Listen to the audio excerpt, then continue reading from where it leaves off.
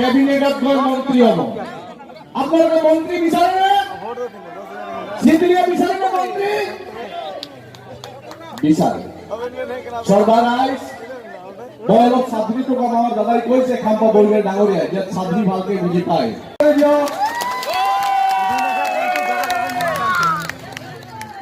আৰু আমাৰ এজন অতিথি আছে, ইয়া হ'ল আমাৰ Mrinal Kujur, general secretary ANC চিৰাংকুচি।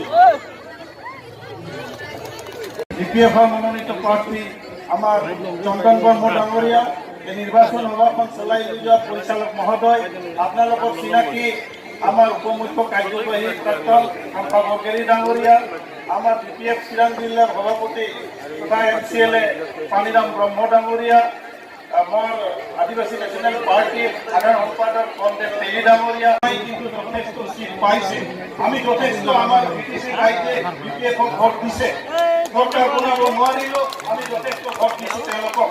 কিন্তু এই যি ইলেকশ্যনত আমি কাউন্সিল ইলেকশ্যনত ভোট দিছোঁ, চৰকাৰ বনাব নোৱাৰিলেও এই বিধানসভা নিৰ্বাচনত আমি আদিবাসী দল সংগঠন বিভিন্ন সংগঠনসকলে আমি সমৰ্থন কৰিছোঁ। এইকাৰণে যে যোৱা 15টা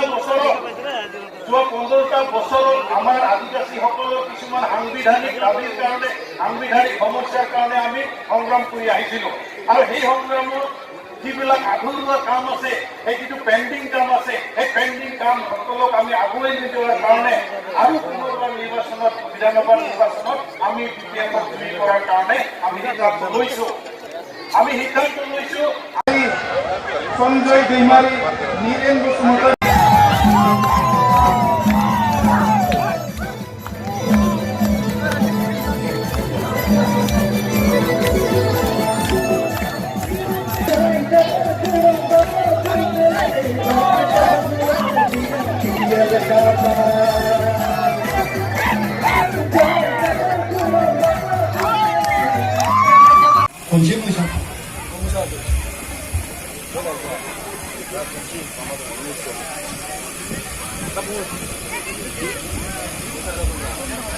এতিয়া আমি নৃত্য পৰিৱেশন কৰিবলৈ অনুৰোধ কৰিম ৰাজবংশী দেৱ, লিডিং বাই সমিতি বৰ্মন।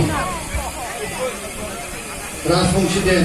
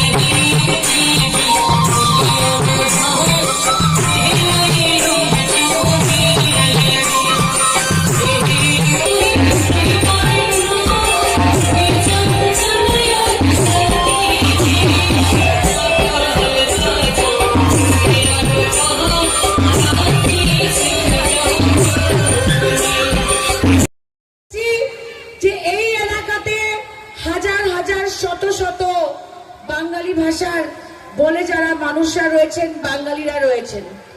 আমি অত্যন্ত খুশি যে আজকে বরাকবাড়ির থেকে আপনাদের মধ্যে এসে বাংলায় বক্তৃতা রাখছি, এবং আমি আরো বেশি খুশি হয়েছি যে চন্দন ব্রহ্ম মহাশয় এত সুন্দর বাংলায় বক্তৃতা দিয়েছে সেটা আমি স্বপ্নেও ভাবতে পারি না। এবং চন্দন ব্রহ্ম সাহেবের সঙ্গে আমার পরিবারের অনেক পুরানো ইতিহাস রয়েছে। উনি আমার প্রয়াত বাবা এবং সন্তোষ মহন্তের প্রাক্তন মন্ত্রীর সঙ্গে রাজনীতি করেছেন। উনি 2011-তে আমার মা বিথিকা দেব যখন এমএলএ ছিলেন তখন ওনার সঙ্গে রাজনীতি করেছেন। এবং আমি গর্বিত যে 2016-তে যখন আমি বিধানসভাতে শিলচরের বিধায়ক হয়ে বিধানসভাতে বসেছিলাম তখনও চন্দন ব্রহ্ম সাহেবের সঙ্গে আমি কাজ করার সুযোগ পেয়েছি। আমি আজকে এখান থেকে একটা ঘোষণা করতে চাই যে মহাজোটের সরকার 2 মেতে হবে। আমরা 101টা সিট পেয়ে সরকার গঠন করছি এবং আমি আজকে ঘোষণা করলাম যে বিপিএফ 12টার থেকে 12টা সিটে জিতে আসবে, সেই জিত নিশ্চিত।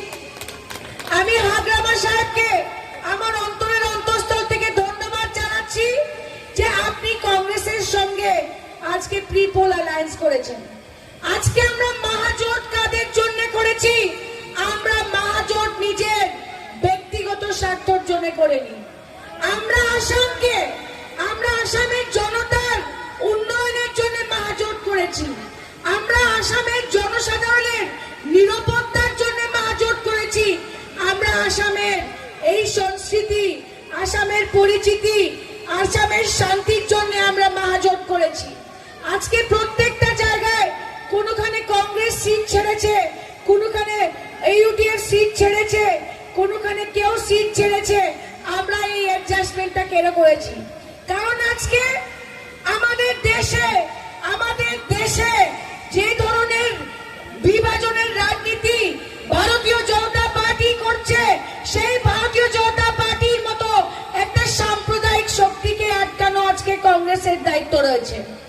আমরা আপনাদের কথা দিচ্ছি যে 101টা সিট নিয়ে মহাজোটের সরকার হবে এবং আসামে আমরা আবার শান্তি ফিরিয়ে আনবো।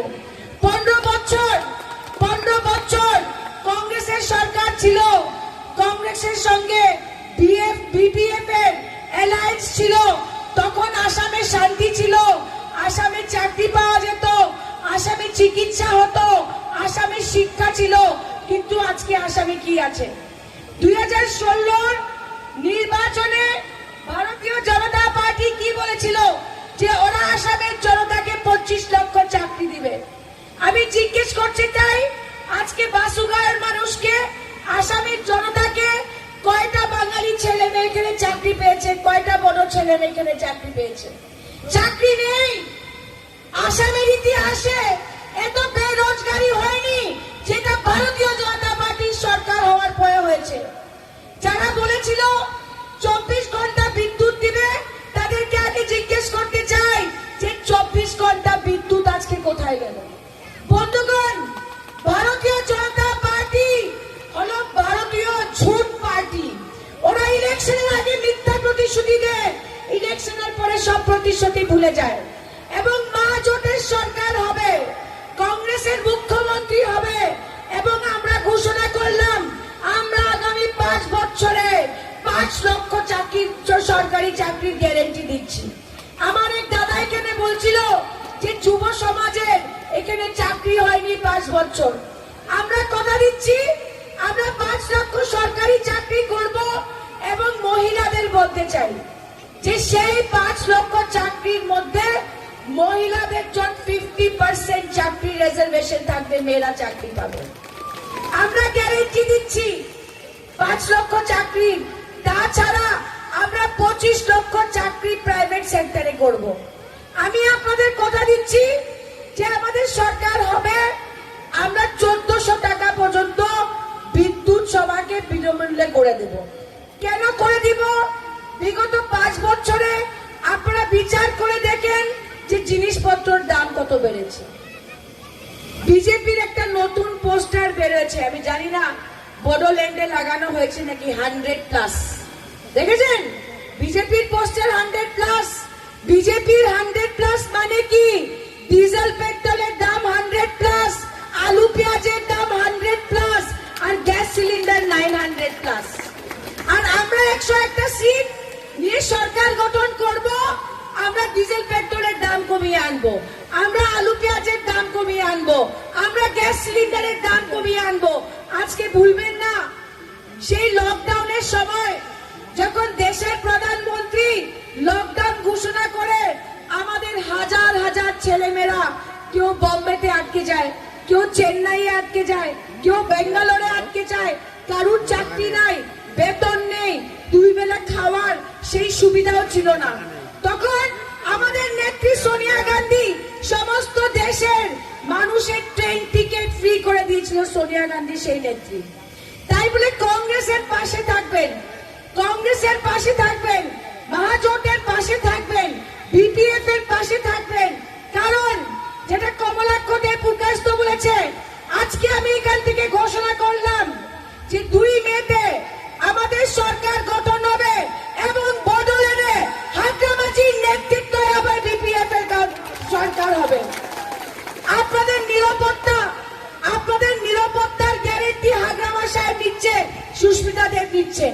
চন্দন ব্রহ্ম সাহেবকে বিপুল ভোটে জিতিয়ে দিবেন, চন্দন ব্রহ্ম সাহেবকে বিপুল ভোটে জিতিয়ে দিবেন। আমি আপনাদের কথা দিচ্ছি যে চন্দন ব্রহ্ম সাহেব আপনাদের উন্নয়নের জন্য কাজ করবে, আপনাদের নিরাপত্তার জন্য কাজ করবে। আর যদি বিজেপির কোন বন্ধু পার্টিকে, যদি ভারতীয় জনতা পার্টির কোন বন্ধু পার্টিকে আপনারা সাহায্য করেন, জানেন কি হবে? ডক্টর হেমন্ত বিশ্ব শর্মা অলরেডি, ডক্টর হেমন্ত বিশ্ব শর্মা 3 মাস আগে ঘোষণা করেছে যে বিজেপির সরকার হলে আবার নতুন করে এনআরসি হবে, আবার সবাইকে কাগজ দেখাতে হবে। আপনারা কি আবার কাগজ দেখাতে চান? কাগজ দেখাতে চান না? তো এনআরসি বন্ধ করতে হলে বিজেপি কে বন্ধ করতে হবে, নাহলে আবার এনআরসি হবে। আমরা আপনাদের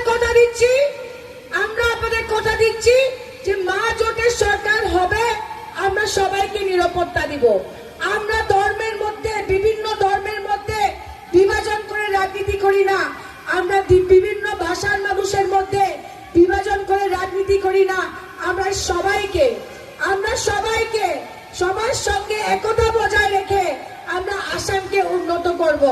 এবং আমি আপনাদের অনুরোধ করছি যে আগামী 6 তারিখ আপনারা চন্দন ব্রহ্ম সাহেবকে বিপুল ভোটে আশীর্বাদ করে বিধানসভাতে বসান। আমার বিশ্বাস চন্দন ব্রহ্ম সাহেব একটা বড় মন্ত্রিত্ব পেয়ে আপনাদের সেবা করবে, একটা বড় মন্ত্রিত্ব পেয়ে আপনাদের সেবা করবে। আর হেমন্ত বিশ্ব শর্মাকে জিজ্ঞেস করতে চাই, বড়োল্যান্ডের যখন নির্বাচন হয়েছিল আপনি এখানে সভা করে বলেছিলেন যে 15 দিনের মধ্যে আপনি হাসপাতাল চালু করবেন। চালু হয়েছে হাসপাতাল? হয় নাই। তো ওরা খালি মিথ্যা কথা বলে, কিন্তু বিপিএফ এর যখন এমএলএরা, বিধায়করা বিধানসভাতে বসবে, আপনারা দেখবেন যে হসপিটালও চালু হবে, আর আপনাদের 200 ইউনিট বিদ্যুৎ ফ্রি হবে, দেখবেন আপনাদের ছেলে মেয়েদের চাকরিও হবে। আমি মা বোনেদের জিজ্ঞেস করতে চাই যে আমরা বৃদ্ধ ভাতা দেখেছি, বিধবা ভাতা দেখেছি, অনেক রকমের আমরা ভাতা দেখেছি, কিন্তু বাড়ির বউরা সকাল থেকে উঠে রাত্রি পর্যন্ত পরিবারের সেবা করে। প্রথম বাচ্চাদের উঠিয়ে স্নান করানো, ঘর পরিষ্কার করা, তারপরে স্বামীকে খাওয়ানো, অফিস পাঠানো, আবার বিকেলে রান্না করা, ঘর মোছা, সব করতে হতো। আপনাদেরকে কোন সরকার কিছু দিয়েছে নাকি কোনোদিন? বলেন, দেয়নি তো। কিন্তু আমরা আপনাদের কথা দিচ্ছি যে মা জোটের সরকার হবে, আমরা গৃহিণীদের, গৃহবধূদের মাসে 2000 টাকার সম্মান দিব, এটা আমরা কথা দিচ্ছি। কারণ মেয়েরা যারা চাকরি করে ওরা বেতন পায়, আর মেয়েরা যারা ঘরের বউরা, শ্বশুর শাশুড়ি, স্বামী, ছেলে মেয়েদের দেখে রাখে, ওদেরকে কেউ কিছু দেয় না, কিন্তু কংগ্রেস আর মা জোটের সরকার দিবে। তাই বলে আমি আপনাদের কাছে দাবি করতেই পারি অল ইন্ডিয়া মহিলা কংগ্রেস প্রেসিডেন্ট হিসাবে যে আপনারা এবার বাক্স ভর্তি করে বিপিএফ কে ভোট দিবেন। বড়োল্যান্ডে আমরা মা বোনেদের, গৃহিণীদের, গৃহবধূদের মাসে 2000 টাকার সম্মান দিব।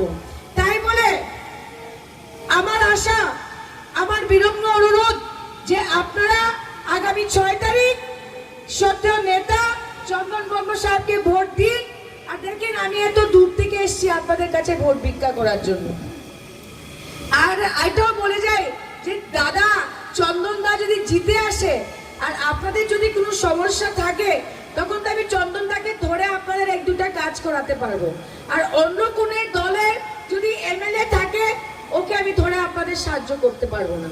তাই বলে আমাদের সবার কমলাক্ষ দেবপুর কায়স্থ আমার এবং চন্দনদার হাত শক্ত করে দিন। আমার বিশ্বাস যে আমরা মিনিস্ট্রি ফর্ম করব, আমরা গভর্নমেন্ট ফর্ম করব। আর যখন দাদা মিনিস্টার হবে, আমরা আবার এসে এখানে আপনাদের মধ্যে একটা সভা করব। আমার অন্তঃস্থল থেকে সবাইকে ধন্যবাদ জানিয়ে আমি আমার বক্তৃতা শেষ করছি। নমস্কার, জয় হিন্দ। একবার বলে চন্দন ব্রহ্ম জিন্দাবাদ, চন্দন ব্রহ্ম জিন্দাবাদ, মহাজোট জিন্দাবাদ, মহাজোট। নিশ্চয় দেখিছে ইতিমধ্যে আমাৰ ইয়াত বহুত হাজাৰ হাজাৰ ইয়াত আমাৰ সান্তালী দাদা ভাইসকল, ৰাইজ, গোৰ্খা দাদা ভাইসকল, আমাৰ ৰাজবংশী দাদা ভাইসকল, বড়ো ৰাইজ, কমপক্ষেও ইয়াত 20,000তকৈ অধিক আজি ইয়াত এটা সমাৱেশ হৈ আছে। বাসুগাঁৱতো তেনেকুৱা হৈছে। 1 লাখ আমি ক্ৰছ কৰিম এইবাৰ চিডলি সমষ্টিত। এইটো আজি নিশ্চিত হ'ল। কথাটো হ'ল ৰাইজৰ ওপৰত গোটেই কথাটো নিৰ্ভৰ। আজি আমাৰ ৰাইজে একদম স্থিৰ আৰু সিদ্ধান্ত লৈছে মাননীয় হাগ্ৰামা মহিলাই ডাঙৰীয়াৰ নেতৃত্বত BPF ৰাজনৈতিক দল তথা চিডলি সমষ্টিত ৪ৰ্থবাৰ আৰু মোক প্ৰতিনিধিত্ব কৰিবৰ কাৰণে ৰাইজে আজি আঁকোৱালি লৈছে। ইয়াত আৰু বেলেগ ষ্টাৰ কেম্পেইনাৰ কিবা কিবিৰ কথা ইয়াত নাহে। প্ৰধানমন্ত্ৰী আহক, গৃহমন্ত্ৰী আহক, ইয়াত একো কামত নাহে।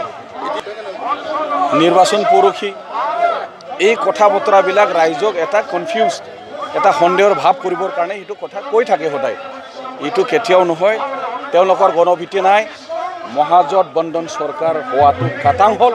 ইয়াৰ কাৰণে তেওঁলোকে আৰু বেছি এটা শংকিত হৈছে। ধন্যবাদ। BPF হিচাপে 12টাও আমি জিকিম, ইনক্লুডিং তামোলপুৰ। আপোনালোকে কিবা সুধিব পাৰে, ইনক্লুডিং তামোলপুৰ আমি জিকি যাম। বাকী অসমত মহাজোট 70+ আৰামছে জিকিব আৰু চৰকাৰ মহাজোটে গঠন কৰিছে। তামোলপুৰৰ ইনক্লুডিং তামোলপুৰ বুলি কৈছোঁ মই ইয়াৰ কাৰণে, যদিওবা কেণ্ডিডেটক জবৰদস্ত বিজেপিৰ মানুহে প্ৰলোভন দেখুৱাই পেলাই লৈ গৈছে, জইন কৰাইছে, আমি তেখেতকে জিকাই দিম। তাৰপিছত যি লিগেল একশ্যন ল'ব লাগে ইয়াৰ কামটো হৈ যাব। আপোনালোকে দেখিছে চন্দন ব্ৰহ্মৰ কিমান আগুৱাইছে, ক'ত আৰু জয়ন্ত বসুমতাৰীৰ কেনেকৈ কম্পেয়াৰ কৰিব পাৰে। ইয়াত দেখা নাই কিমান আছে ইয়াত। এইটো হ'ল মোৰ সমষ্টি। মোৰ সমষ্টিৰ বাকী ইয়াত 12,000ত বেছি এতিয়া মানুহ আছে। আপোনালোকে দেখুৱাই দিয়ক। যদি এটা অংকৰ পৰা ফাৰ্ষ্ট ভাগৰ 1 ভাগৰ পৰা যদি 12,000 আহে আৰু কি চিন্তা। মইতো আজি দেখি পেলাই হাঁহি হাঁহি ক'ব পাৰোঁ চন্দন ব্ৰহ্ম 100% জিকিছে। অসমবাসী আৰু সুধিব লগা কথা আছে নেকি যে বিজেপিৰ যিটো আদৰ্শ, যিটো নীতি, তেখেতসকলে কাকো উঠিব নিদিয়ে, চবকে দমন কৰি পেলাই বিজেপিক মাত্ৰ কেনেকৈ জীয়াই ৰাখিব পাৰে, এইটোৱে তেখেতসকলৰ নীতি। ইয়াৰ কাৰণে আমাৰ এণ্টি ট্ৰাইবেল যি পলিচি, সিহঁতৰ যিটো চিন্তাধাৰা, ইয়াৰ কাৰণে অসমত যিমান ট্ৰাইবেল কাউন্সিল আছে, এই কাউন্সিলবিলাকক ইনএক্টিভ আৰু ধ্বংস কৰাৰ ষড়যন্ত্ৰ লৈ পেলাই যোৱা BTC ইলেকশ্যনত যেনেকৈ আমাৰ BTCত প্ৰশাসনক ব্যৱহাৰ কৰি পেলাই বাহুবল, ধন বল ব্যৱহাৰ কৰি পেলাই যেনেকৈ BTC কব্জা কৰিছে, এইটো আমি অকল BTCবাসী নহয়, অসমবাসী দেখিছে, দেশবাসী দেখিছে। আৰু ইয়াৰ ক্ষেত্ৰত ইয়াৰ পিছতো আমি কেনেকৈ বিজেপি কেনেকৈ আমি কনফিডেন্সত লৈ পেলাই তেখেতৰ লগত কেনেকৈ এলায়েন্স কৰিম। এইটো ফিল্ডতে 2 দিন আগত চিফ মিনিষ্টাৰ আহিছে। বহুত কি বুলি কয় এইটো ৰুটিবিলাক, ৰুটিবিলাক আহিছে। কিন্তু আমি ভাবোঁ আমাৰ BTCবাসীয়ে BPF নেতাসকলৰ ওপৰত ইমান মানে বিশ্বাস আৰু শ্ৰদ্ধা আছে। বাহিৰৰ পৰা ডাঙৰ ডাঙৰ মানুহ কোনোদিন আমাৰ ইয়াত আনিব নালাগে আমাৰ ওপৰতে বিশ্বাস কৰে গতিকে আমাৰ কথাটি চলিব সেইটোতো 100% বিশ্ব শৰ্মা হাৰিছে আমাৰ হাগ্ৰামা মহিলাৰী জিকিছে সেইটো চবেই দেখিছে শুরু করো দাদা, শুরু করো। আজি আজি নিৰ্বাচনৰ তৃতীয় পৰ্যায়ৰ নিৰ্বাচনৰ অন্তিম দিন প্ৰচাৰৰ কি ক'ব কেনেকুৱা দেখা পাইছে আই থিঙ্ক মহাজোট সুইপ করবে আসামে। আর বরাকের কথা বলবো যে আমরা মিনিমাম 12টা সিট পাবো 15টার থেকে। আর এটা ক্লিয়ার দ্যাট বিজেপি পুরো নার্ভাস হয়ে গেছে, তাই বলে ইভিএম মেশিন নিয়ে দৌড়াদৌড়ি করছে। কারণ বিজেপি যদি জনতার সেবা করে থাকে লাস্ট 5 ইয়ার্স, তবে ওদের ইভিএম মেশিন চুরি করার দরকার কেন পড়ছে? মানুষের উপরে আস্থা রাখেন। এবং আমি যেটা চন্দন ব্রহ্ম সাহেবের সঙ্গে কথা হয়েছে, পাবলিকের সঙ্গে কথা হয়েছে, বিপিএফ আমি মনে করি 12টার মধ্যে 12টা সিট জিতবে। আর আমার পুরো বিশ্বাস যে চন্দন ব্রহ্ম সাহেব বিপুল ভোটে জিতে আসবেন। শেহতীয়াকৈ এটা বস্তু চৰ্চা হৈছে যিহেতু বদৰুদ্দিন আজমলে মঞ্চত গামোচা অসমীয়াৰ স্বাভিমান গামোচা দলিয়াই দিছিল আৰু কৈছে তেখেত এইবাৰ লুংগি দাড়ি টুপিৰ চৰকাৰ হ'ব। এই সন্দৰ্ভত আপুনি কেনেদৰে প্ৰতিক্ৰিয়া? এগুলো হলো সব বিজেপির প্রচার, অপপ্রচার। This is a bad miss propaganda by BJP. Badruddin সাহেব ক্লিয়ারলি বলেছে কংগ্রেসের সিএম হবে। 14টা সিট নিয়ে কেউ একটা গভর্নমেন্ট কন্ট্রোল করতে পারে? Can you control a government with 14 seats? You cannot. বিজেপির কাছে বেরোজগারির কোনো জবাব নেই, বিজেপির কাছে সিন্ডিকেটের কোনো জবাব নেই, বিজেপির কাছে প্রাইস রাইজের কোনো জবাব নেই। তাই বলে ওরা আমাদের অ্যালায়েন্স নিয়ে বারবার কথা বলছে। ইট ইজ সিম্পল, কংগ্রেসের মুখ্যমন্ত্রী হবে, এটা 100% গ্যারেন্টি। অ্যান্ড আমরা we will serve the people of Assam with employment, we will stop corruption, we will serve the people of Assam with free electricity and take the youth of Assam forward in an inclusive way. Badruddin আজমলৰ কথা কি তেতিয়াহ'লে বিজেপিৰ প্ৰচাৰ? देखिए BJP का दिमाग खराब हो गया है, বিজেপির মাথা খারাপ হয়ে গেছে। ওদের কাছে কোনো জবাব নেই। কোথায় গেল 25 লক্ষ চাকরি, 24 ঘন্টা বিদ্যুৎ? তাই বলে ওরা শুধু অ্যালায়েন্সের কথা বলে। ওরা বলুক না বড়োল্যান্ডে বরাকবাড়িতে কয়টা ছেলে মেয়েকে চাকরি দিয়েছে, বলুক। ওদের কাছে জবাব আছে, নেই। তাই বলে ওরা খালি আজমল সাহেবের কথা বলে। 15 জানুৱাৰীৰ ভিতৰত হস্পিটেলখন মুকলি হ'ব, কিন্তু সেই আজিলৈকে নহ'ল। কি ক'ব আপুনি? হেমন্ত বিশ্ব শর্মা হলো মিথ্যার রাজা, king of lies, just like his boss Amit Shah. ওরা মিথ্যা কথা বলে ইলেকশনের আগে আর ইলেকশনের পরে সব ভুলে যায়। আজকে ওরা বাসুগাঁওয়ে বলেছিল হাসপাতাল খুলবে 15 দিনের মধ্যে, হয়েছে। বড়োল্যান্ডের ছেলেমেয়েরা চাকরি পেয়েছে, পায়নি। সো হেমন্ত বিশ্ব শর্মা হলো মিথ্যা। আর উনি ভাবেন যে টাকা পয়সা দিয়ে ইলেকশন জিতা যায়, but this time the people of Assam will reject that politics. Hagrama মহিলাৰীক জেললৈ সোমাব এনেকুৱা ধৰণৰ কিছু মন্তব্য কৰিছে হিমন্ত বিশ্ব শৰ্মা। হেমন্ত বিশ্ব শর্মা নার্ভাস হয়ে গেল, समझ गए, इज बिकम नर्वस। तो हाग्रामा को जेल में दे देंगे, बदरुद्दीन ये हो गया तो वो हो गया। हेमंत বিশ্ব শর্মা জানে যে উনি ইলেকশন হারছেন, কারণ আসামের জনতা বিজেপিকে রিজেক্ট করতে যাচ্ছে।